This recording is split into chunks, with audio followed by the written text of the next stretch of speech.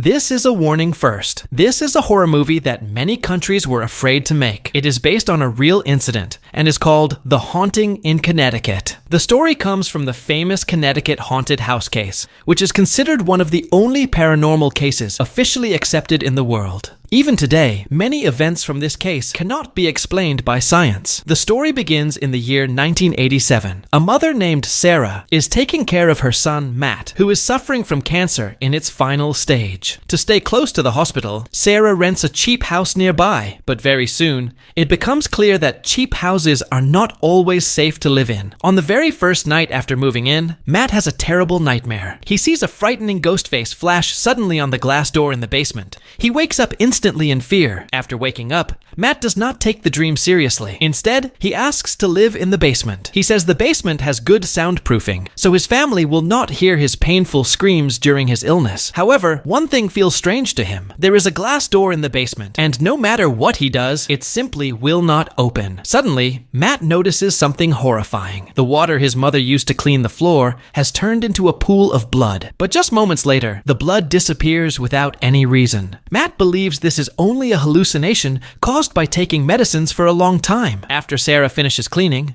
her husband and their other 3 children also move into the house. Sarah takes her eldest daughter to the room she had already chosen for her. The room has a large cabinet that her daughter loves. When Sarah opens the cabinet door, the same ghost Matt saw in his dream briefly appears in the mirror. Sadly, both mother and daughter are busy talking and do not notice anything unusual. Once the whole family is together, strange events start happening more often. One day, Matt places a plate on the dining table. When he turns around to get utensils, he sees that the table is completely empty. Seconds later, the plate suddenly crashes onto the floor. Sarah sees this and becomes worried. She reminds Matt that the doctor warned them that if hallucinations start, he must stop taking the medicine immediately. Matt does not want to scare his mother, so he lies and says he placed the plate too close to the edge. That night, Matt has another nightmare. This time, he sees 2 people standing behind the glass door, doing something strange. Suddenly, the boy behind the door looks straight at Matt. Matt feels as if his soul has entered the boy's body. He sees a doctor wearing glasses,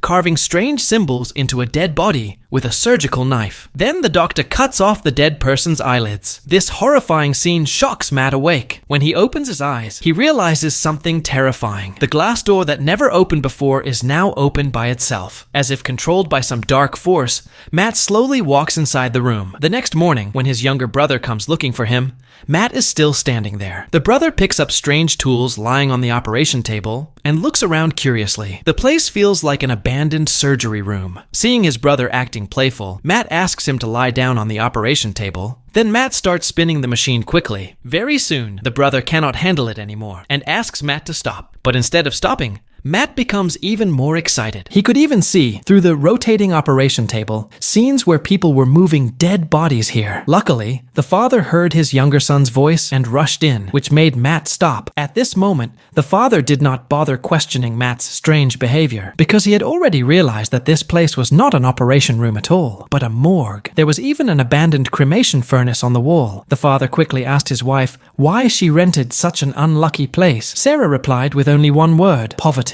This answer left the father speechless. He could only wait until dinner time to tell the children that the house had once been a morgue. He also said that it happened a long time ago, so there was no need to be scared. He promised that once Matt's condition improved, they would move out immediately. After that, the father suggested that the whole family should hold hands and pray before dinner. But when Matt held his sister's hand, he suddenly connected with the spirit world again. He was once more possessed by the boy from his dreams. At the same time, that boy was also standing just like Matt, holding hands with several strangers around a table. Suddenly, the boy showed a painful expression. Before Matt could understand what was happening, his parents woke him up. He told his family about the strange scene he had just seen, but no one believed him. They even thought it was a side effect of his medicine. They believed he had started seeing hallucinations, so they quickly took him to the hospital for an examination. Feeling sad and helpless, Matt started sharing his pain with another patient, but but he never imagined that this bald patient was actually a priest. Not only that, the priest also knew how to perform exorcism. He gave Matt his business card and told him to contact him if he ever saw ghosts again. As expected, a few days later, when Matt was playing hide and seek with his brother and sister, he saw that mysterious boy pass right in front of his eyes. Soon after, a man with glasses forcefully dragged the boy into the morgue. Seeing this,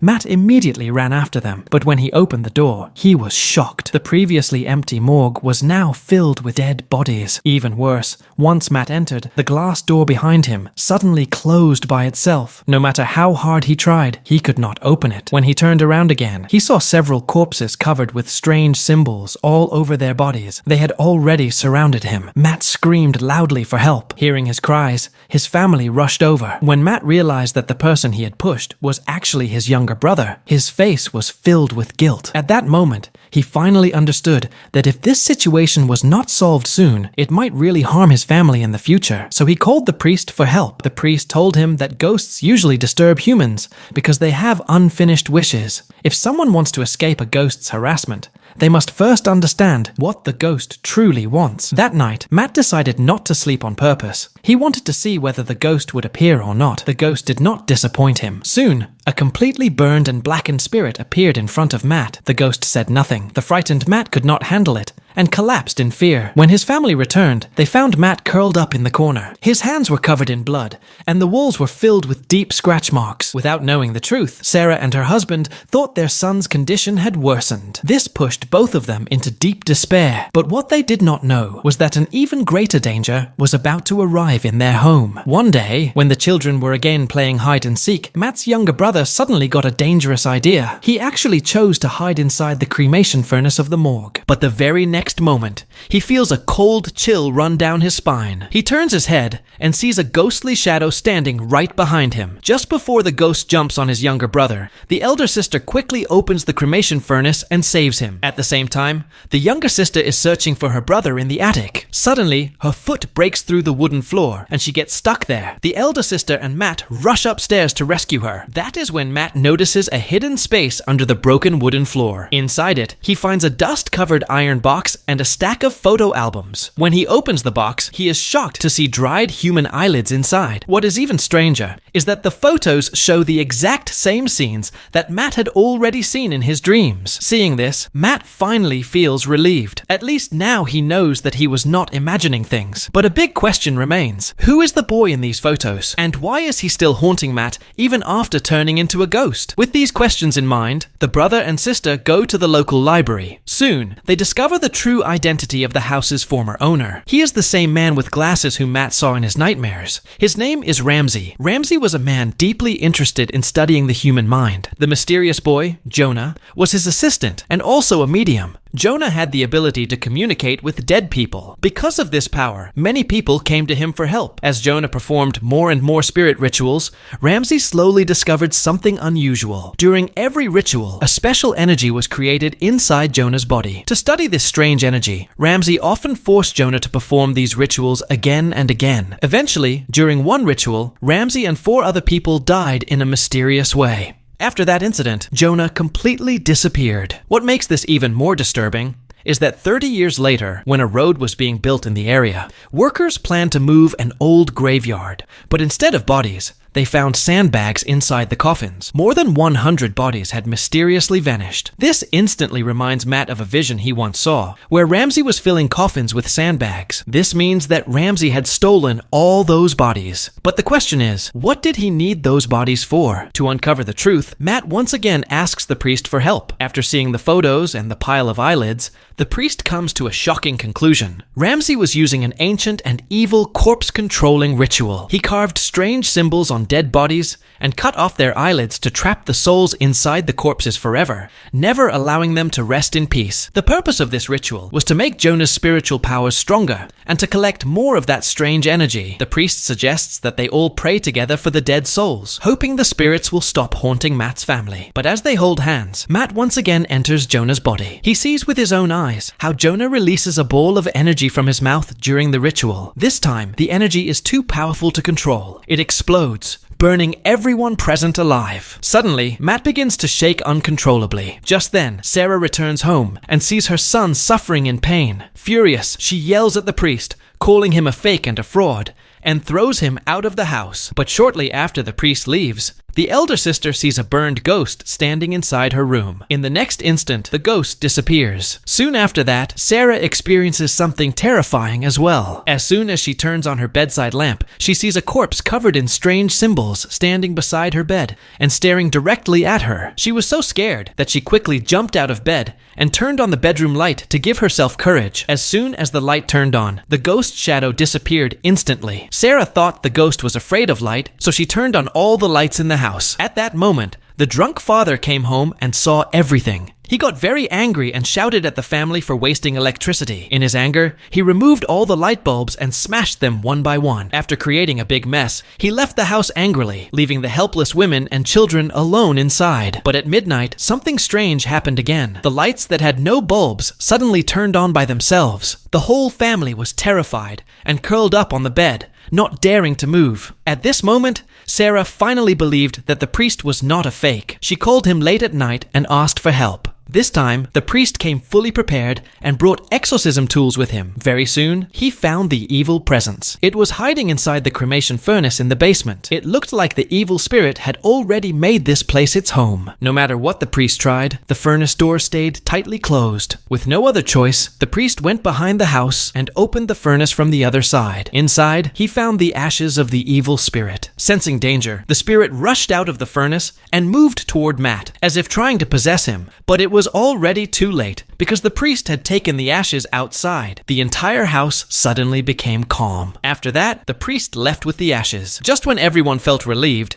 Matt suddenly became like the missing corpses. His whole body was covered with strange symbols, and his condition became even worse. At the same time, the priest was driving back when he suddenly saw the spirit staring at him in the rearview mirror. The moment he turned his head, the priest realized he had made a terrible mistake. The burned ghost was not a demon at all. It was Jonah's spirit. Years ago, when the ritual exploded, Jonah survived, but she suffered a terrible backlash. The angry spirits trapped inside the bodies began breaking free and wanted revenge. Terrified, Jonah hid inside the cremation furnace, thinking she could escape death. But in the end, those spirits burned her alive. She kept appearing to scare Matt's family, only to warn them that they were in danger and should leave the house quickly. Sure enough, soon after the priest left, strange events happened again in Matt's house. First, all the fresh food in the refrigerator rotted. Then, while bathing, the elder sister was almost suffocated to death. The priest hurriedly called Matt and told him the truth. After learning everything, Matt quickly sent his family outside. Then he grabbed an axe and smashed the walls of the house. In moments, hundreds of bodies were revealed. At that time, Matt seemed possessed by Jonah. He poured all the alcohol from the house onto the bodies and planned to burn them completely. He believed only this could erase the hatred of the restless spirits. But the spirits did not want to let Matt go. They surrounded him again and tried to take him away. Seeing this, Sarah ignored everyone's warnings and rushed into the fire to save her son. She hugged the dying Matt and, in desperation, began praying from the Bible. Unexpectedly, her prayer brought peace to the spirits, and they decided to spare Matt. In the end, the mother and son were safely rescued by firefighters. Miraculously, after this incident, Matt's cancer was completely cured. After the haunted house was rebuilt and sold, there were no more reports of paranormal activity. That is the end of today's story. See you in the next episode.